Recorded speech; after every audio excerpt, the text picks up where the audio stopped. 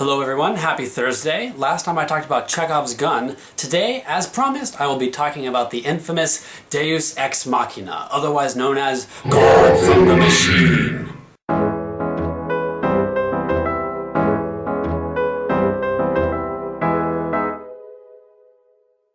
Before I get to the God from the Machine today, I have another award to give out, one that goes to a different machine. Today's award goes to Tim Howard for officially making Secretary of Defense a presidential cabinet position elected by the American people. Way to go, Tim Howard. Way to go, Team USA. Now, the Deus Ex Machina is something that originates from Greek drama, Greek tragedy.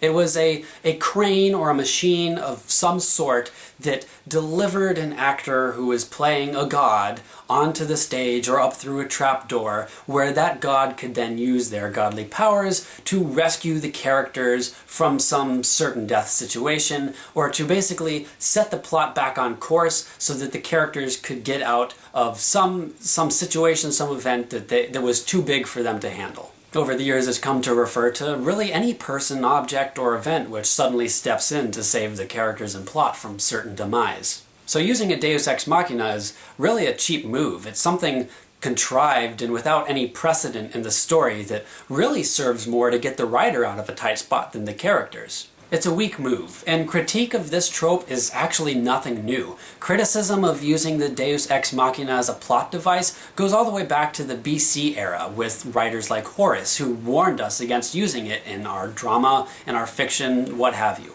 Aristotle put his personal critique of it quite well when he said, "It is obvious that the solutions of plots too should come about as a result of the plot itself, and not from a contrivance." He's saying that your solutions to conflicts need to arise out of what story has already been laid before it. He's trying to warn against something that most writers will come across in their experience.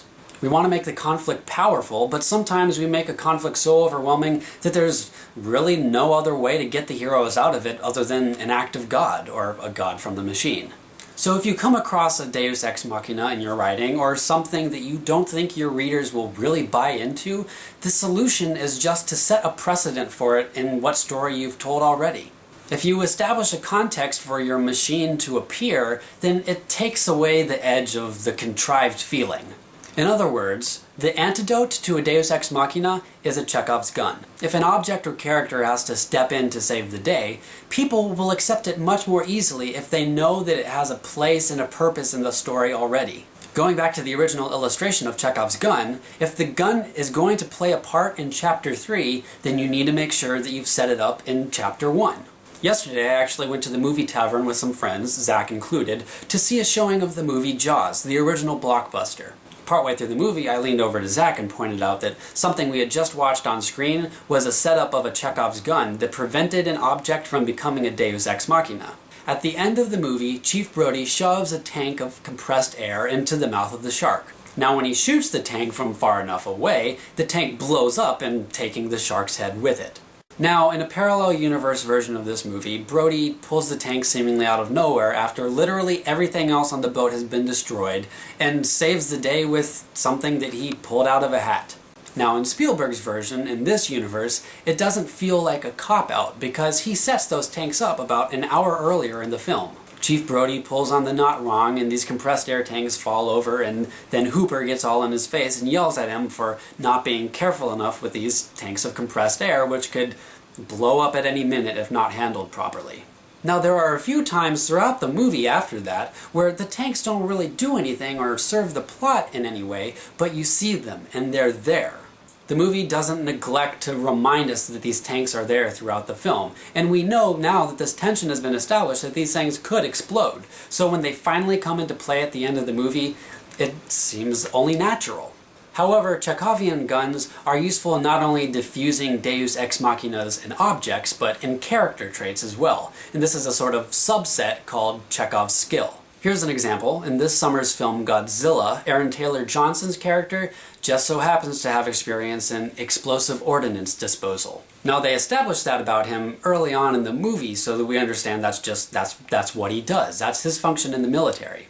Now, of course, as you can probably predict, there does come a time later on in the plot where the plot demands that he not only defuse a bomb, but help put one together. Yes, it does still feel a little contrived and manufactured, and anyone who's trope savvy will really be able to tell that they established this characteristic earlier on in the film so that we could better swallow the idea of him being an expert on bombs when the plot demands it later on.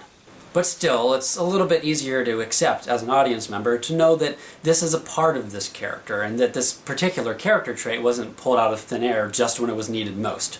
Sorry, I know this sort of evolved into Chekhov's Gun Part 2 instead of a video about the Deus Ex Machina, but more important than knowing about God from the machine, I think it's important to understand how to avoid it. It all comes down to your foresight as a writer, knowing what's going to be happening in your plot and being able to engineer ways earlier on that helps you avoid those moments of, that doesn't quite fit. So always be on the lookout for those, and now you know some ways to avoid them. Thanks for watching, and I'll see you next Thursday. Bye!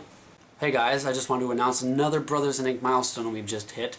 This Tuesday, Zach just uploaded our 75th video. So it's been a pleasure putting out all this content for you guys, and thanks for watching and helping us keep going this far. My other announcement is, either this coming week or the week after that, we're going to start delivering Wednesday content to you guys so that we can sort of get everything out that we wanted to do this summer. Our schedule's always in flux, so I can't tell you right now which Wednesday we'll start doing that.